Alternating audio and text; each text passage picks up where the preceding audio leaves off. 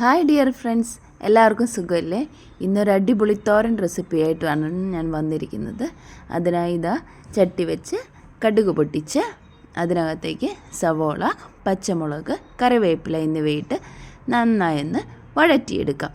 ഇതൊന്ന് നന്നായി വഴന്ന് വരുമ്പോഴേക്കും ഇതിനകത്തേക്ക് ആവശ്യത്തിന് ഉപ്പും ഒരു നുള്ളു മഞ്ഞൾപ്പൊടിയും ഇട്ട് നന്നായൊന്ന് മൊരിയിച്ചെടുക്കാം. ഇതൊന്ന് മൊരിഞ്ഞ് വരട്ടെ.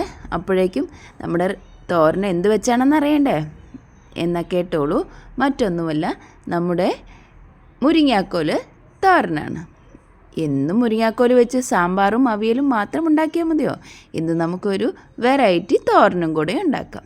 ഇതുണ്ടാക്കാനായി മുരിങ്ങക്കായ് നന്നായി ചീകി അതിനകത്തെ ഫ്ലഷ് ഫുള്ളെടുത്ത് വെച്ചിട്ടുണ്ട്. ഇത് മൊത്തമായി നമുക്ക് ഇതിനകത്തേക്ക് ചേർത്ത് കൊടുക്കാം. ഇത് നന്നായി ഒന്ന് വഴന്ന് വരട്ടെ. ഇത് വഴന്ന് വരാനൊരു 10 മിനിറ്റ് എടുക്കും കേട്ടോ. അതുവരെ നമുക്കിതൊന്ന് അടച്ച് വെച്ച് വേവിക്കാം.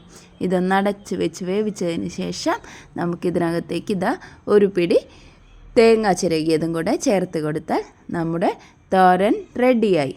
അപ്പോൾ എല്ലാവർക്കും എങ്ങനെയാണ് എൻ്റെ തോരൻ ഇഷ്ടപ്പെട്ടാൽ ലൈക്ക് ചെയ്യാനും ഷെയർ ചെയ്യാനും മറക്കരുതേ. ബായ്.